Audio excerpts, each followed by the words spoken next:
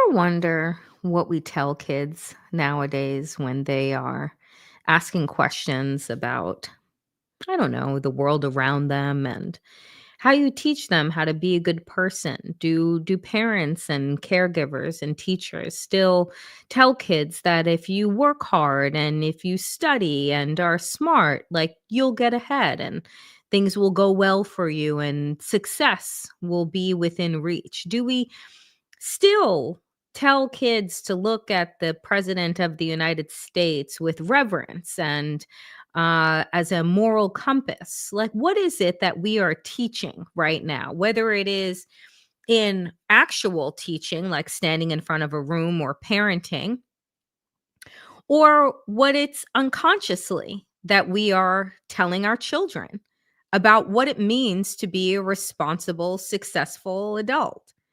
Because what they see all around them, dear friends, is the opposite of what I remember being told as a child. Granted, that was decades upon decades and decades ago. But I wonder how you look a child in the face and tell them to be good. Why? What does that get them? The good guys don't win, the pedophiles do. Hard work doesn't get you into the position, networks and nepotism do. And so, what is it that we are actually showing children these days?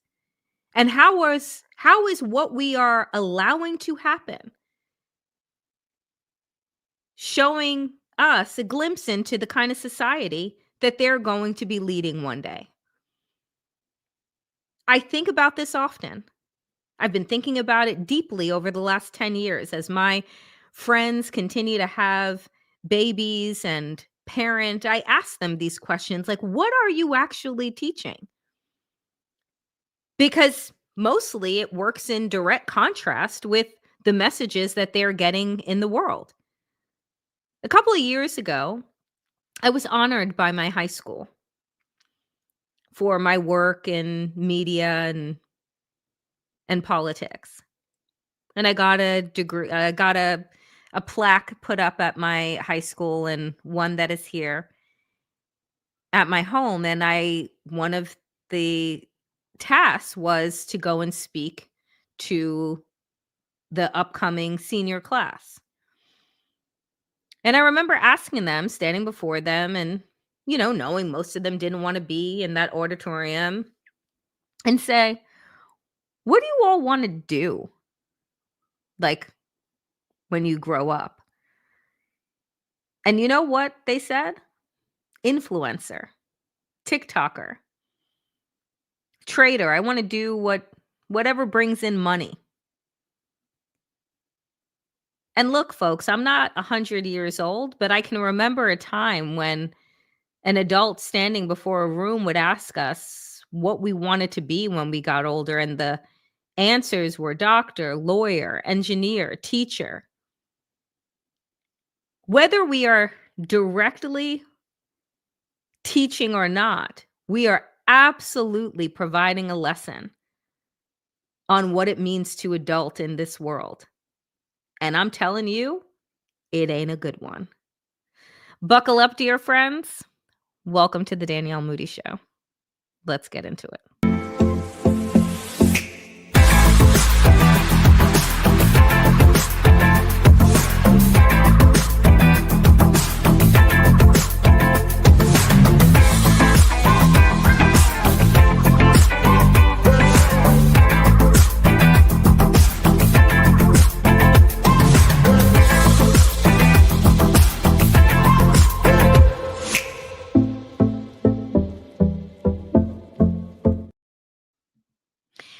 We begin today, damnation, on Capitol Hill because there were interesting hearings that were taking place.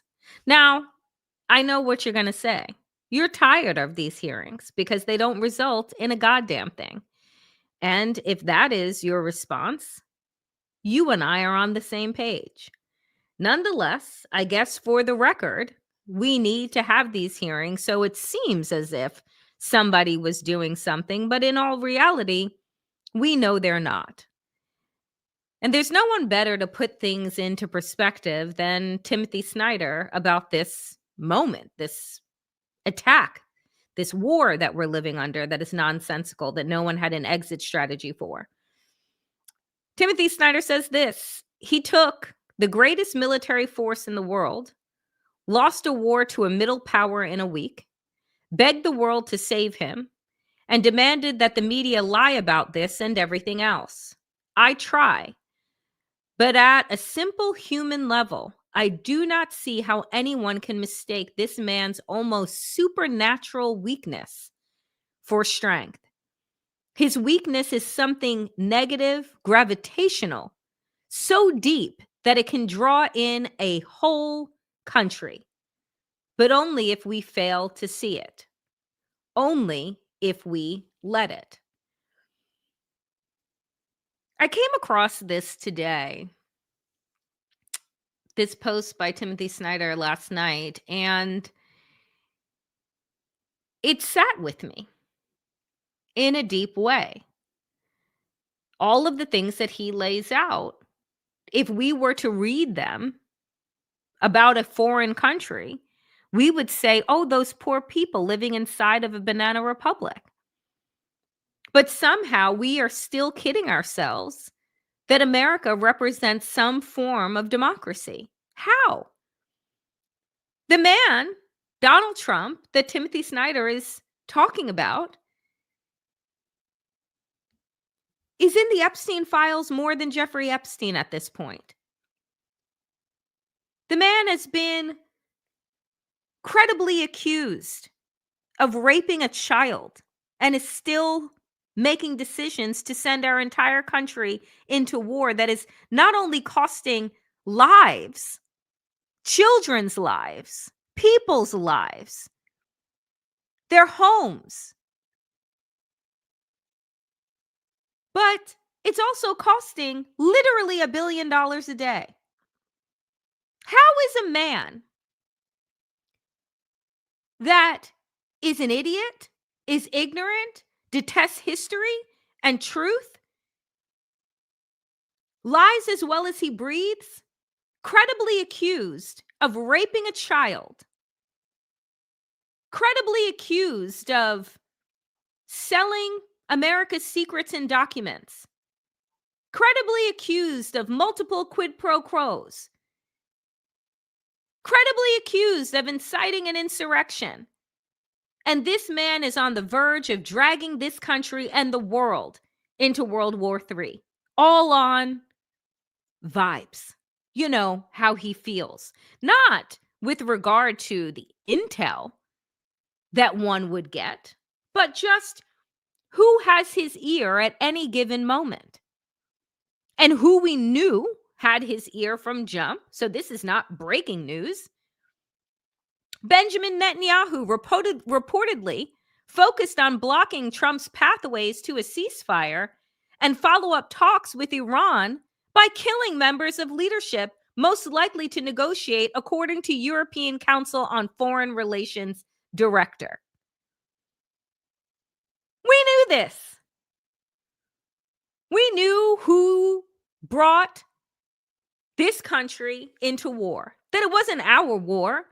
It was Netanyahu's fever dream of wiping out every Muslim nation, because that is the only way, evidently, that Israel will ever be safe. And when you look at this, and we're going to go through Tulsi Gabbard, Director of National Intelligence, who is on Capitol Hill today, clarifying what it is that Donald Trump did or didn't know. But one thing that she certainly did lay out is that, well, guess who wasn't enriching uranium? Guess who wasn't rebuilding their nuclear program? Any takers?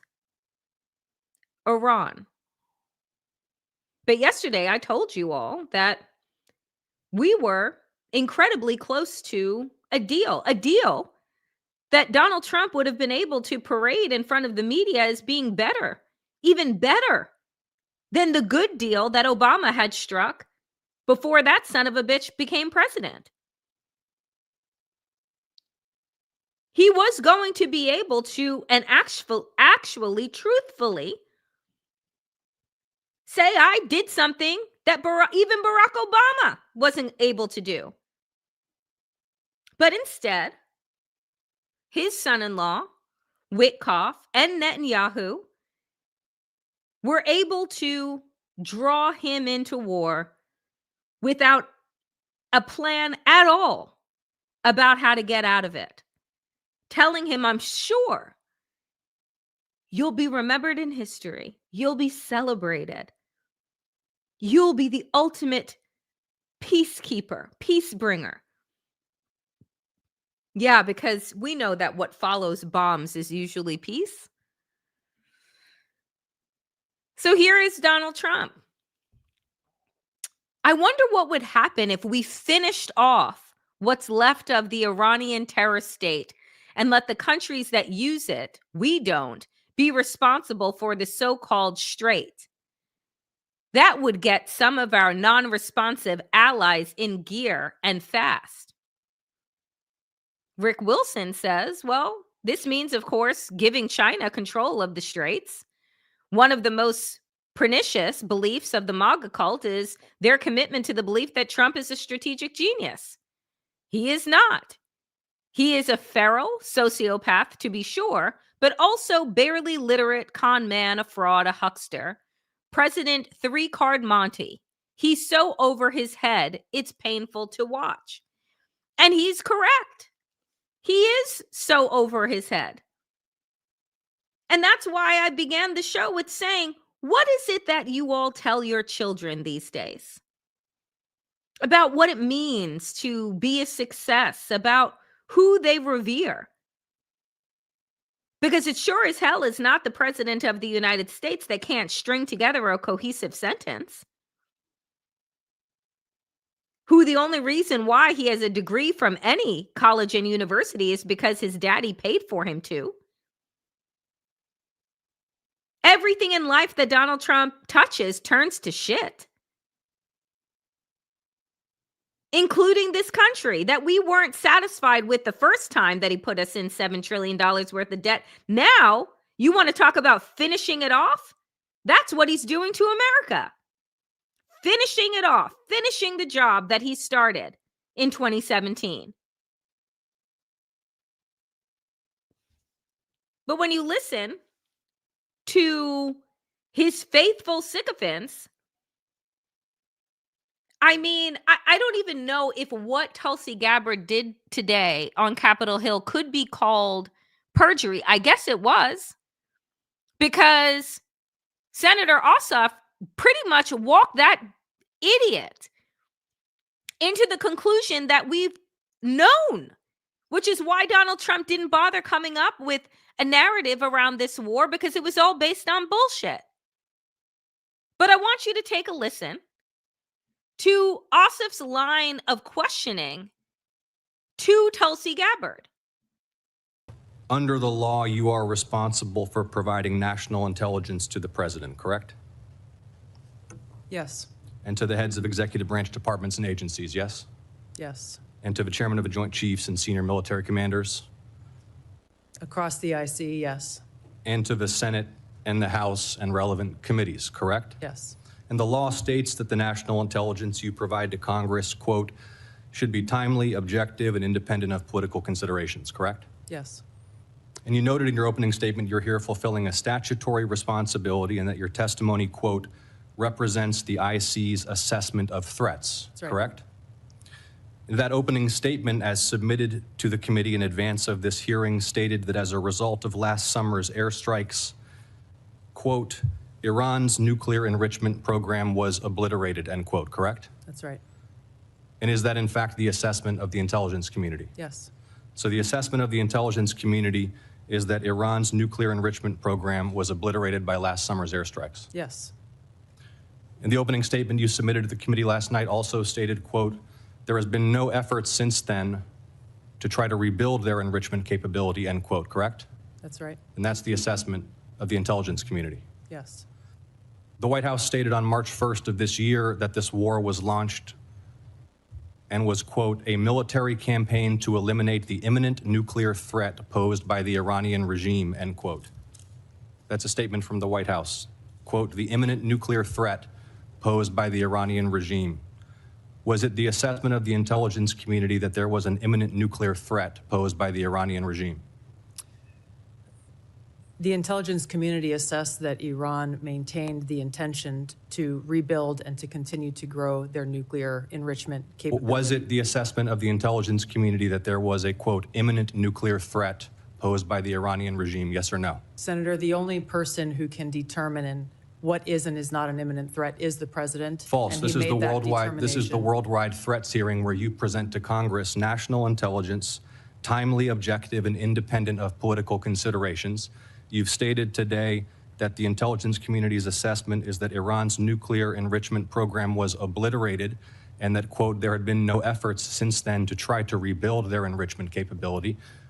Was it the intelligence community's assessment that nevertheless, despite this obliteration, there was a, quote, imminent nuclear threat posed by the Iranian regime? Yes or no? It is not the intelligence community's responsibility to determine what is and is not an imminent threat. Okay. That is up to Here's the the president problem. based on a volume No, of it is information precisely that he receives. it is precisely your responsibility to determine what constitutes a threat to the United States. This is the worldwide threats hearing. So, if you were following at home, she started out by saying yes to Ossoff's line of questioning, which indicated very clearly that last year's attack on Iran's nuclear facilities obliterated the program.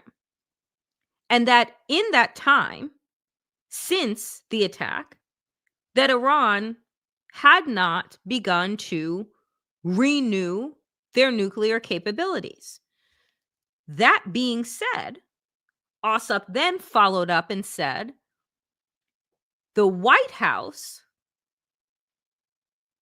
offered their reasoning for this now second war with Iran was because Iran posed an imminent nuclear threat.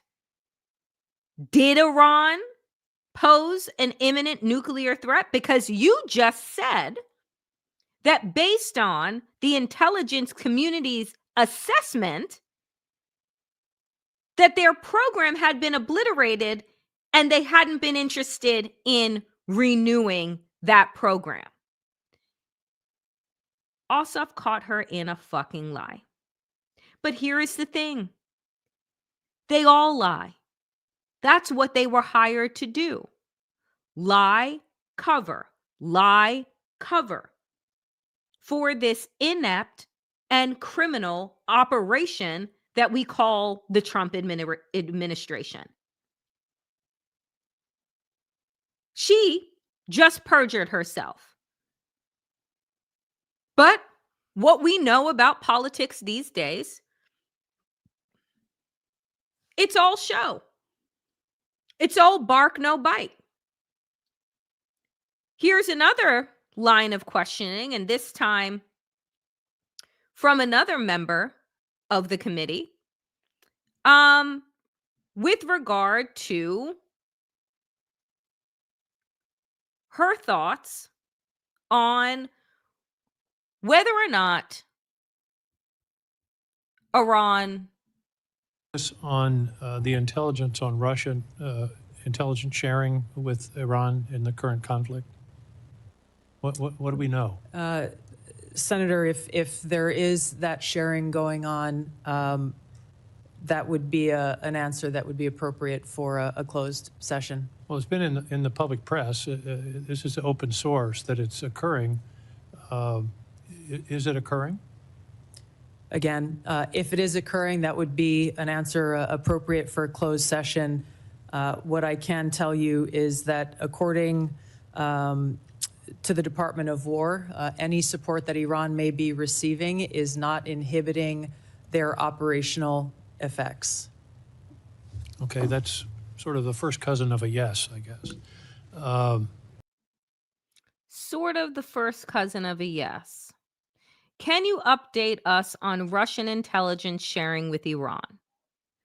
If it's going on, that answer would be appropriate for a closed-door session, Gabbard responds. King, it's been in the press. Is it occurring? Gabbard, what I can tell you is that according to the Department of War, any support Iran is receiving is not inhibiting their operational effects. King, that's the first cousin of a yes, I guess. Y'all, like what? I'm having one of those days where I'm like, what the fuck are we even doing? Like us as American citizens, like what the fuck are we even doing right now? Just kind of going along with life as if it's normal, as if we are not living inside of a banana republic, as if everything about our democracy hasn't been broken, as if our social security account hasn't been stolen by Doge employees, as if everything isn't being run by white nationalists with the desire to usher in the rapture, that part of their ushering in the hand of God to return Christ isn't about obliterating the Middle East at the behest of Netanyahu, who has his own bottom line. And we're just like ordering takeout and watching fucking Netflix. And I am losing my fucking mind. What is the point of calling these people before Congress to swear under oath when you know that they are going to look you in the eye and look the American public in the eye and fucking lie to us? You see why they keep doing this? Because there are no fucking consequences.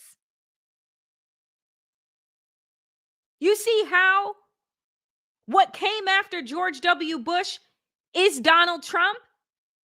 You know why? Because George W. Bush was never held accountable for his fucking war crimes, and his father was never held accountable for his fucking war crimes. We literally are locked in this fucking loop of crazy that keeps getting worse and worse with each passing year and each Republican administration. So if you think that things are bad now, I warn you that what comes after Trump, without the accountability and the full culling of this goddamn country, is going to be worse. And I know that we can't, even begin to wrap our minds around what that worse can be. I'll give you a title. President Nick Fuentes. President Marjorie Taylor Greene. President Steve Bannon. President fill in the blank Nazi.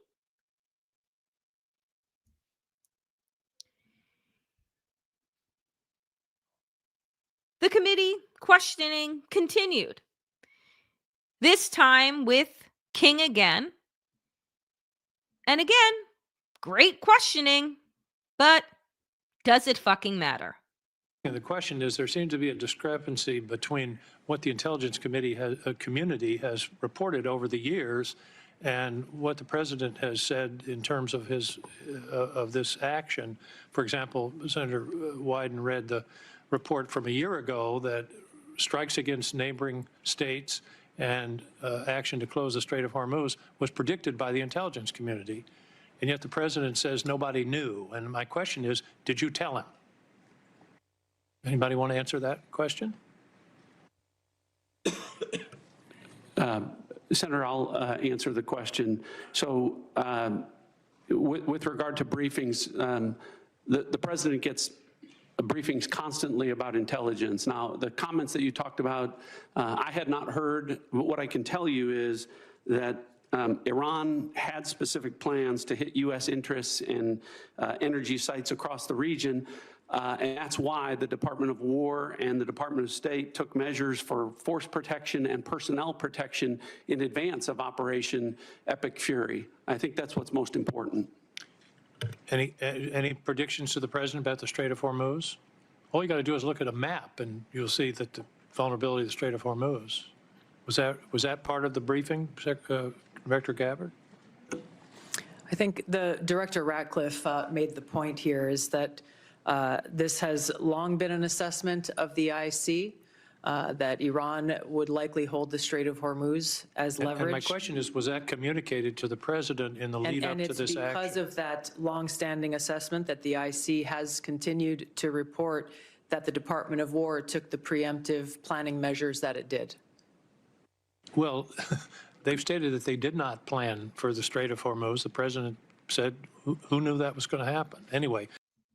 You see the slick shit that she did there, right? You heard her, where she said, well, technically, the intelligence community has always offered the assessment that the Strait of Hormuz would be used as a stranglehold by Iran if, in fact, we attacked Iran, but that the Department of War took preeminent action. You heard that, right? That's what she said. Basically, in layman's terms, it was, this ain't got shit to do with me. I tried to warn them. They didn't listen to me. They took preemptive action instead. Oh, it's not my job to provide assessment on global intelligence, even though my title says Director of National Intelligence, but that's not really what I do. I kind of just, it's the president that really makes this decision. Bitch, I just read you your job description, and that is absolutely your job. But here's what was funny, and not in a ha-ha type of way, is that in Tulsi Gabbard's prepared remarks, the ones that weren't aired, listen to what she had put down on paper, but didn't have come out of her mouth. Iran's nuclear enrichment program was obliterated in June. She tells Congress that there have been no efforts since then to try to rebuild their enrichment capability. She says the entrances, right? Because we heard the top part. But she then says that the entrances to the underground facilities that were bombed have been buried and shuttered with cement. We continue to monitor for any early indicators on what position the current or any new leadership in Iran will take with regard to authorizing a nuclear weapons program. She did not say that on TV. She did not say that not only were the facilities bombed, but they were buried and then cemented over. She did not say that we continue to monitor for any early indicators, because she would then have to justify, well, then, if you're monitoring for early indicators, did you see any indication that there was an imminent threat? She basically said, no, not my job. I know it says that I'm Director of Intelligence, but I have none, is basically what she should have said. Because here's John Bolton, this son of a bitch, right? We know John Bolton, he love a war, right? And even him, he said that, oops, well, maybe this isn't what we're really doing. Donald Trump should have known about the Strait, because I told him about it. The president seemed to indicate yesterday that he had not been briefed on the potential that Iran might strike out at its neighbors or try to shut down the Strait of Hormuz. Is that conceivable to you, that he would not have been briefed on those potential repercussions? Well, I know for a fact that he was aware of those potentials. I raised the option of regime change in Iran several times during the time I was National Security Advisor. I never persuaded the president to adopt that position, and one reason was that others had different views, and every time I raised it, they raised a whole long list of difficulties that are entailed by a regime change campaign, and that if you're going to embark on it, you better have answers to them. And certainly closing the Strait of Hormuz was always one of them, and so were attacks on the Gulf Arab states, particularly their oil infrastructure. So he knew about it in his first term. I find it hard to believe that he forgot about it in the intervening years. So John Bolton just wasn't successful enough. He didn't whisper the sweet nothings the right way to convince Donald Trump in his first term. And you have to remember that while we loathe the first term of the Trump administration, he also had people with sense around him at that time. They were all fired. And there was a revolving door because those people, generals, advisors, didn't want to be yes men when it could come to possible global war or, the destruction of the US economy. Like, they thought maybe we steer clear of that. We do other things that are entirely fucked up, but maybe we steer clear of that. Because where are we with the economy right now?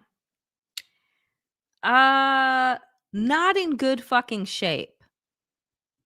Just I don't know. Take a listen here and you tell me what you think, because folks, shit show isn't a big enough What does that word. tell you? I mean, I understand the short term, we're taking the Fed activity out from the 2-year, and that's why you see those spreads kind of get compressed. The long end, does that tell you anything about how people are seeing the health of the economy down the road, or is it something else?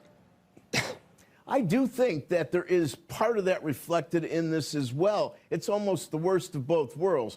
I guess stagflation would come close to describing the situation. We're probably not going to see Fed easing. And the long end, well, part of it is weakness. We've had a spat of some fairly weak numbers, and then you put in the fact that we are on the PCE, 3% handle on some of the Fed's favorite metrics, as the Wall Street Journal pointed out today. It would be very difficult, even for some of the recent appointees, to think that easing could even be on the menu at this or even very close subsequent meetings down the road.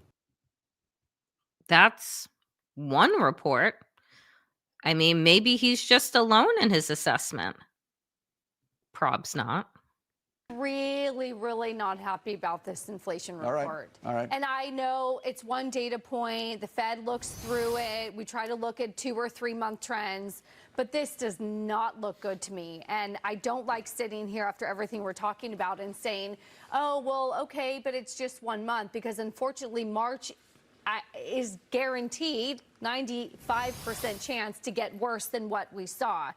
So core goods prices were up by 0.3%. You're up 4.3% year over year. That's just core goods prices. Services inflation was up 0.6% in December, 0.8% in January, 0.5% in February. It's going down, but it's still increasing overall.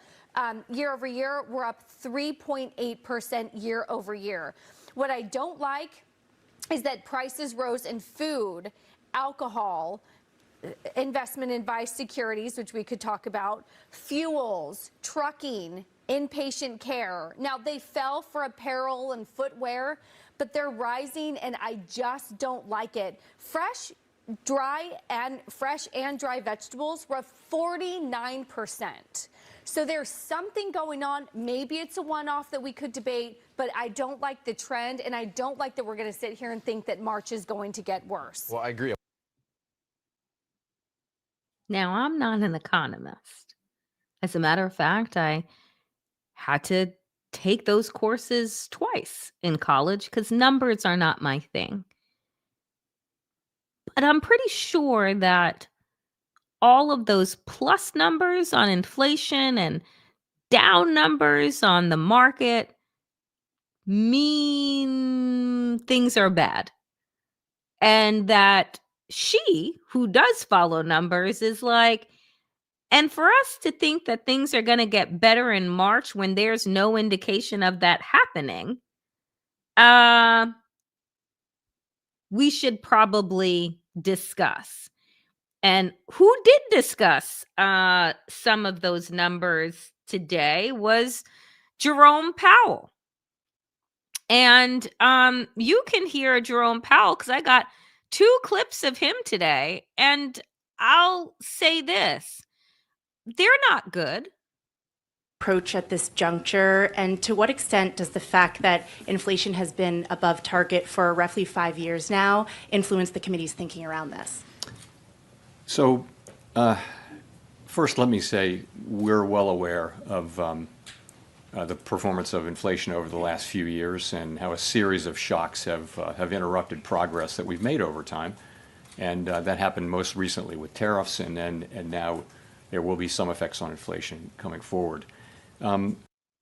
So, layman's terms, we tried to get things together with the feds and we were seeing a good response to that, but then we received some shocks to our economy in the model of tariffs that then kind of erased all of the good things that were coming. So, whoopsie, as Waj would say, we didn't actually do, this administration didn't do what we actually thought that they were going to do, right? And then there's this. The thing that I think good number of people on the committee are concerned about is just the very, very low level of job creation. If you adjust what has been the trend job creation over the past, let's say, 6 months, if you adjust that for what we think, our staff thinks, is the overstatement due to overcounting, effectively there's zero net job creation in the private sector. But actually that looks like that's about what the economy needs in terms of dealing with very, very low, non-existent really, growth in the labor force, which of course we've never had in our history. So you've got a sort of a zero employment growth equilibrium. Now that's balance, okay, but I would say it does have a feel of downside risk, and it's not kind of a really comfortable balance. So.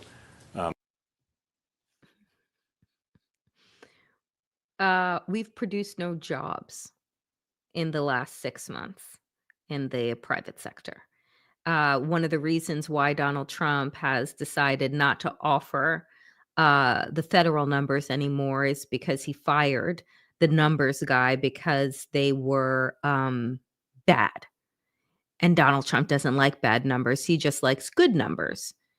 This is why he wants to get rid of Jerome Powell, because he stood up before the press today and said, yeah, it's unprecedented that we have had zero jobs added to the private sector in 6 months. But on the upside, we're not creating jobs, and I guess we're not really losing jobs either. So there's some type of balance, but it's kind of a net negative balance.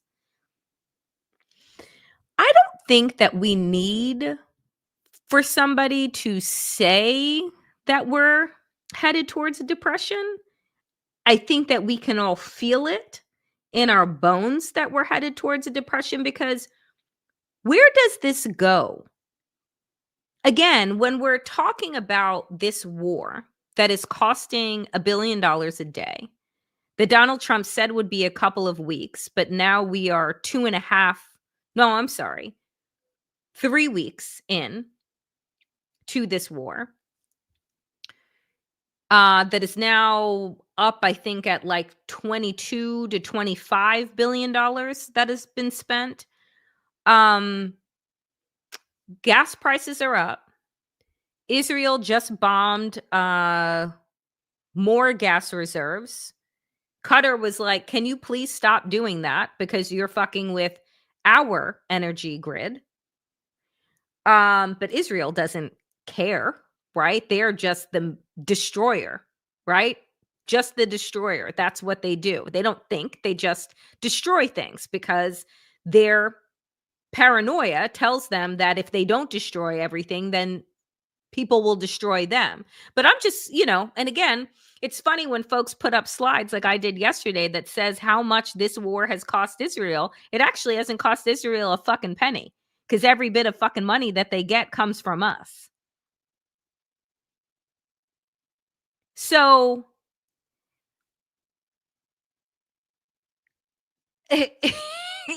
everything that requires gas is going up in price. Fertilizer, which means our food. And you heard what the anchor said about vegetables, fresh and or dry, are going through the roof. And what do those require to grow? Everyone say it with me. Fertilizer. Where does a large percentage of the fertilizer go through in order to get to all of us? The Strait of Hormuz. Guess what season we're in? Spring. Do you know we plant in spring and summer to get what? Harvest in when? The fall. And we're already seeing that vegetables, whether they are dry or fresh, are up 40%. So you start doing the fucking math. Your gas is going to be $5 a fucking gallon. Your grocery bill is going to go through the roof to buy like a fucking pepper or an avocado. And then also just, I don't know. What is it that the animals that we eat, what do they eat? Vegetables. What do we need in order to grow those vegetables that then the livestock eat? Fertilizer. So not only is your vegetables going to go up in price, but your meats are going to go up in price, because what the fuck are we going to be feeding them? You see how this web, right? You see how we're all connected? And you see how they have blown up, literally and figuratively, our economic food chain? You can't make this up. It's so stupid. And the reason why no one before Donald Trump took Netanyahu up on his offer was because of the laundry lists of reasons as to why it was a bad idea. Because once you go in, you ain't getting out, not alive. And what did the new Ayatollah just say to Israel after taking down one of their top ministers yesterday, murdering him? You're going to pay one way or another.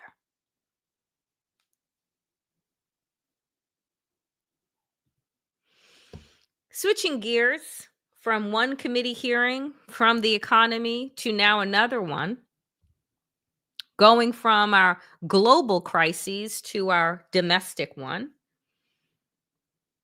which is what is going on with the Department of Homeland Security now that ICE Barbie Kristi Noem will be out as of March 31st. Well, her replacement was on Capitol Hill today. And to say that this hearing didn't go well would be the understatement of the year. This is Rand Paul, who chairs the committee, who had a rigorous back and forth with Markwayne Mullin, who he clearly hates. And Markwayne Mullin, thanks to Rand Paul's line of questioning, really exposed the fact that this man, Markwayne Mullin, is violent, unhinged, and has no ability to reconcile with his rage in any kind of constructive way. And I want to play a couple of clips from this hearing from Rand Paul because I thought he kind of nailed it. Good morning, everyone. I entered the Senate the same year that Representative Gabby Giffords was shot. I knew then that the state of political rhetoric was encouraging violence. I think it's imperative now, more than ever, that the leaders in our country disavow violence and lead by example. Through the years, I've personally been exposed multiple times to political violence. I was in the right field batting cage when the crazed shooter unleashed nearly 200 shots at our congressional baseball practice. I'll never forget Steve Scalise valiantly trying to drag his body away as the gunman continued. Later that year, a Trump-hating felon attacked me from behind in my yard. I was just straightening up from picking up a tree limb. I was wearing noise cancellation headphones, never saw him coming, running pell-mell down the hill. I was struck in the back. The force of the blow sent us through the air nearly 10 feet, down the hill until his shoulder impaled me as we hit the ground. 6 of my ribs were broken. 3 of the ribs were completely separated, such that for weeks, the ends of the ribs would grind upon each other. My lung was damaged. For weeks, I could inhale, but not have the rib strength to exhale. I developed 2 pneumonias.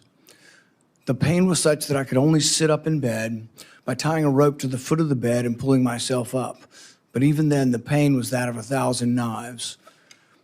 Over the year of recovery, I began to cough up blood. I underwent removal of part of my lung.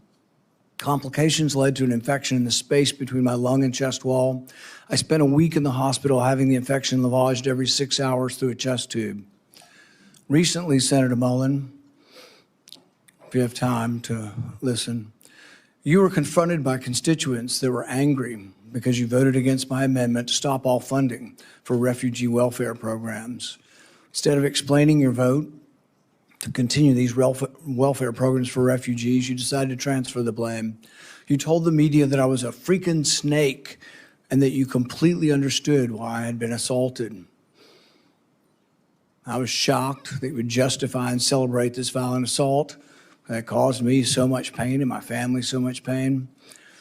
I just wonder if someone who applauds violence against their political opponents is the right person to lead an agency that has struggled to accept limits to the proper use of force.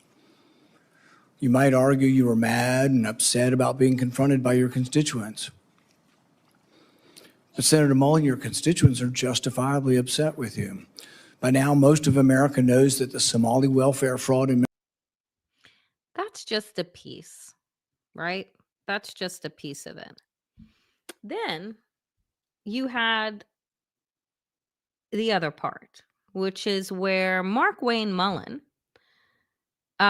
wanted to defend his violent rhetoric against Rand Paul with talking about dueling with 2 consenting adults is still on the record, and that his desire for violence is somehow lawful.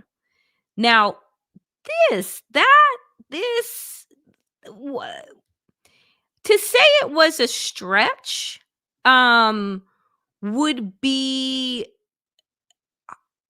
I don't know. I don't know if you can, I don't know, friends, but to say it was a stretch, In the days after the fight, you did many interviews in which you justified the violence as historically justified by precedents, such as caning and dueling. Is it today your opinion that the caning of Charles Sumner was not only justified, but argues still for resolving our political differences with violence? What I was simply pointing out is some of the rules that still apply to this body. For instance, dueling with 2 consenting adults is still there. I was pointing out what is still illegal acceptable. for 170 years. There's no precedent for legal dueling. Even then, they fled the country. Do you realize that the man that beat Charles Sumner with a cane, he beat him till he was unconscious? You know why no senators intervened? Because his friend held a gun on the other senators, and he kept beating him until he crushed his skull. That's what you're insinuating as the president of the Senate, and that's what you live by. That is a very, very dangerous sentiment.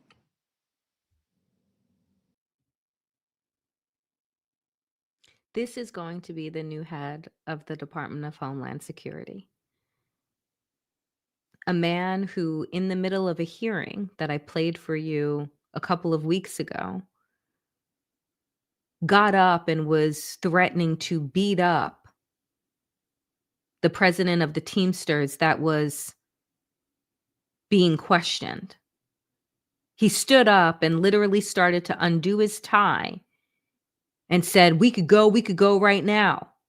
Bernie Sanders had to remind him that he was a sitting U.S. senator and not a fucking high school idiot in a parking lot.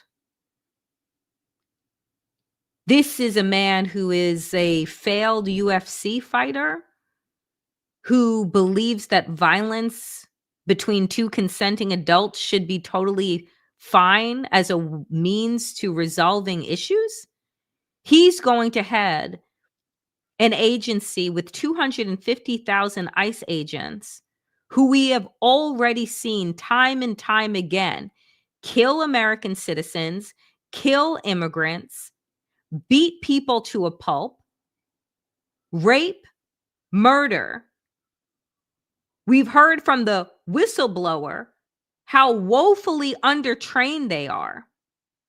And Markwayne Mullin is going to be the new Department of Homeland Security Secretary. When I tell you that every time we get rid of someone, that what is put in their place is worse, this is the shit that I am talking about. This man is not only ignorant and an idiot, he is also fucking dangerous. And Republicans are going to confirm him. And I guarantee you fucking Fetterman will too. And the other Democratic senators that might as well be Republicans because I don't even know what their point is. Folks, it is like when I tell you that it is a disgrace, I mean, I could go on and on and on.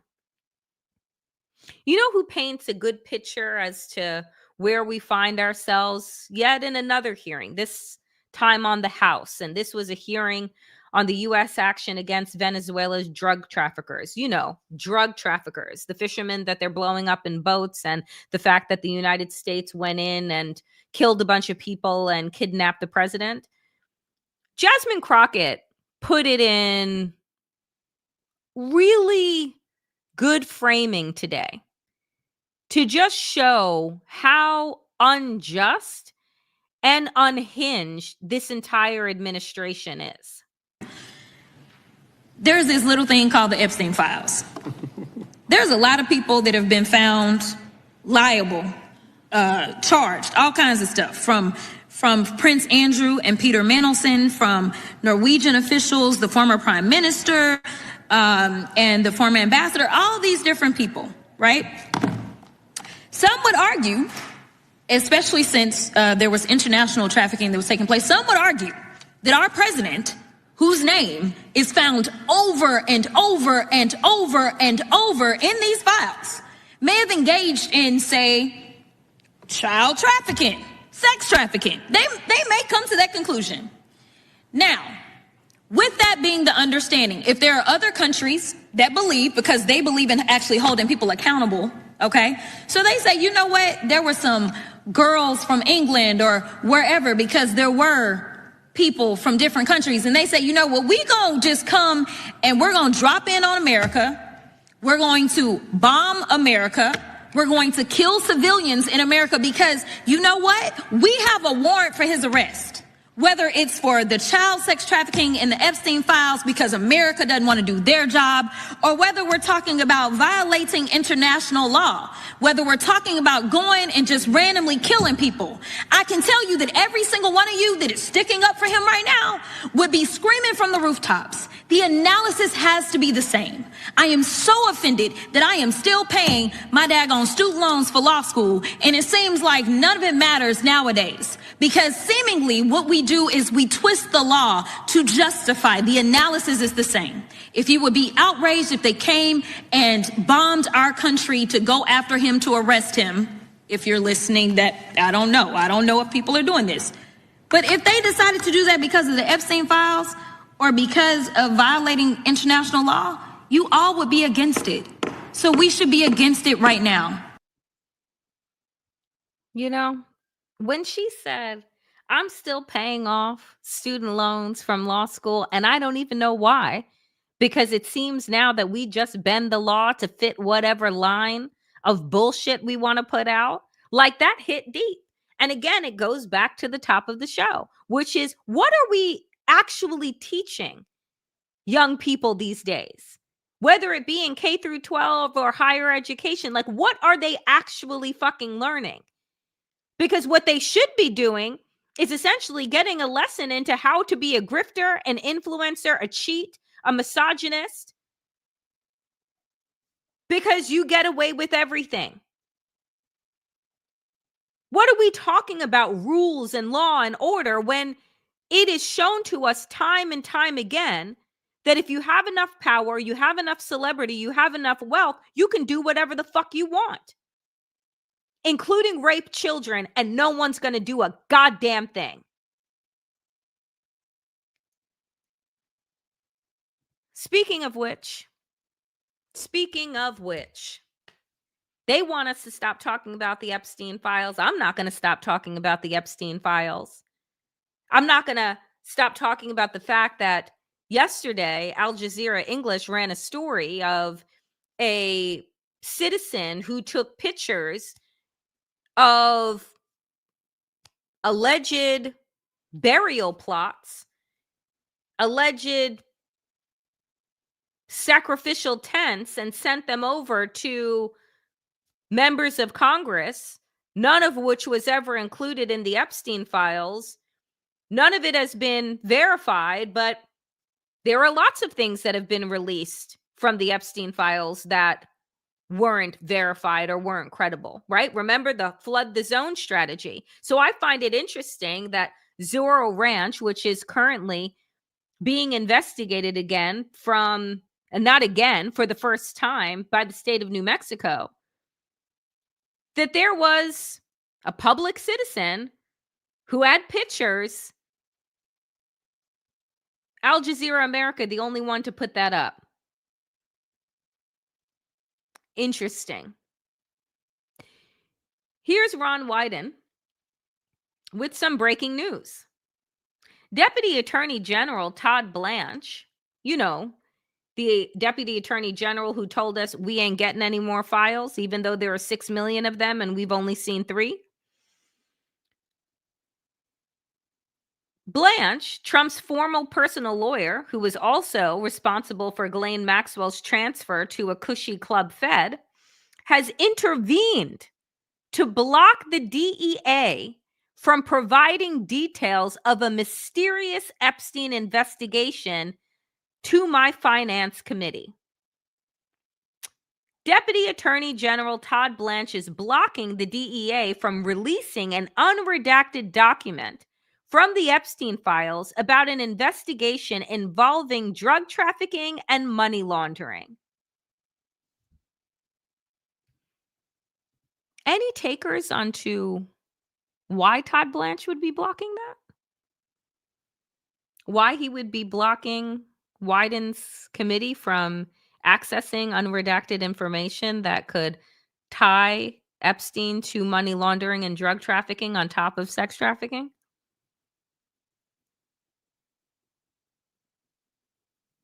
Surely the only person that he is actually a lawyer for is not the United States of America. It's Donald Trump, who remains his personal client. So one would then wonder if Todd Blanche is working to suppress that information, somebody else's name must be coming up in it. Because if it was just the dead guy, why wouldn't you release it? Or maybe it shows you that this Epstein syndicate is still up and running. Maybe Senator Wyden is getting a little too close to the activation that is still running. I mean, he's the one that said there were over 4,000 financial transactions that Epstein had. He said that there were 4,000 reasons to follow up on those transactions and see where they lead. So anyone find it curious that now Todd Blanche, who put Ghislaine Maxwell in a cushy prison with a little doggy, would be covering this up?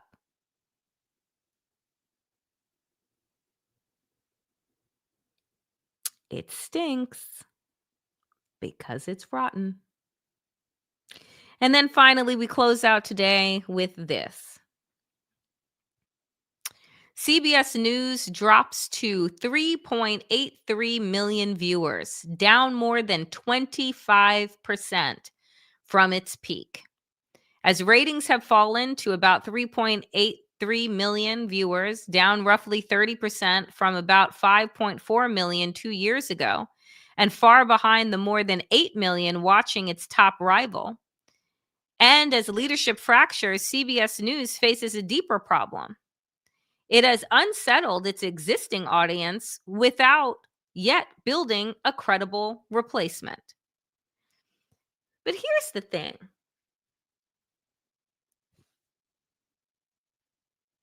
Barry Weiss wasn't brought in to turn CBS into something that was better than it was currently. She wasn't brought in to make CBS better. She was brought in to do exactly what she's doing, exactly what she's done, which is destroy a legacy media outlet, end its viewership, end its credibility, and replace it with disinformation and flattery for the President of the United States. So when we read it, we say, oh my God, Barry Weiss, she's such a failure. She'll be fired soon. She would be fired if she was brought in to make the company better. She was brought in to destroy it. It's the same thing that I say about TikTok and all now of the Ellison's entire media empire, social media, traditional media, streaming media, otherwise. They're gobbling up these companies not because they need them in their portfolio for them to be successful. It's about control. It is about suppression. So while we look at the job that's being done and say, oh my God, these people are idiots. They're losing so much money. We don't look at money the same way as billionaires. They're not looking at this as a money-making opportunity. It is a power move. It is about silence, suppression, and laundering disinformation through one-time credible outlets. So in that case, Barry Weiss, the Ellisons, doing a bang-up job. They're doing exactly what they were put in place to do. So don't get it twisted. Because like I said at the top, what qualifies these days as success is not what you and I were raised on. Success looks like destruction. Success looks like hoarding power for power's sake. Success looks like going into a war, blowing up a whole bunch of shit, not having an exit strategy, but knowing that there isn't anyone that's going to hold you accountable. So you'll just kill a whole bunch of people that you don't care about anyway. And Democrats will vote for it and support it because they don't really like brown people and Muslims either. But they're just too chicken shit to say it out loud.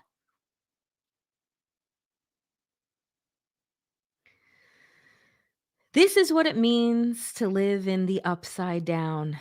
This is what it means to be trying to find our way through the rubble of this falling, crumbling empire. We're in it, folks. We're in it so fucking deep. I said this earlier on the check-in with Jared on my Substack. I said, you know, we were taught about the fall of the Ottoman Empire. We were taught about the fall of the Roman Empire. What we were never taught about is what happened to the people inside while those empires were falling, while these great transitions were underway. We never studied that. It was just as if it's one day it was here and the next day it was gone. We're living in the in-between. We're living in the rubble. And years from now, decades from now, what we are all living through, will be a part of the record. My question is whether or not this story will end with an uprising or just continued capitulation. Only time will tell. That is it for me today here, friends, on the Danielle Moody Show. As I say, this is independent media. I am people-powered, and I have the ability to do this work every day because of all of you. So I want to thank the super stickers and super thanks. Ernst, as always, for your $5. Appreciate you. Professor X, thank you for the $10. Wing Dote, thank you for the $10. Eternal Energy, thank you so much for the $10. Folks, content is free. If you have the ability to provide resources, please consider doing so. If not, like, comment, subscribe, feed the algorithm. Even if it's just with an emoji, it does everything to boost the algorithm. If you are watching this on Substack, I am currently running a special, daniellemoody.substack.com/damn sale. You get 20% off forever.